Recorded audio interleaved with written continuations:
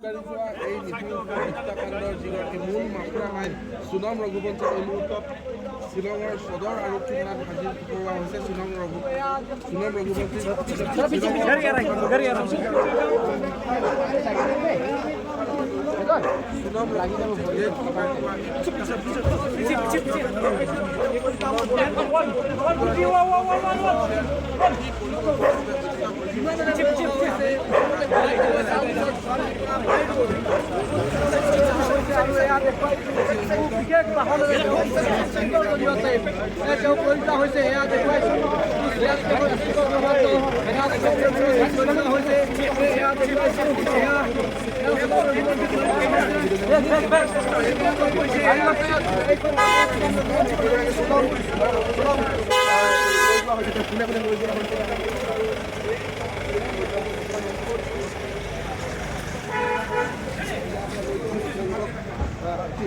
Meghalaya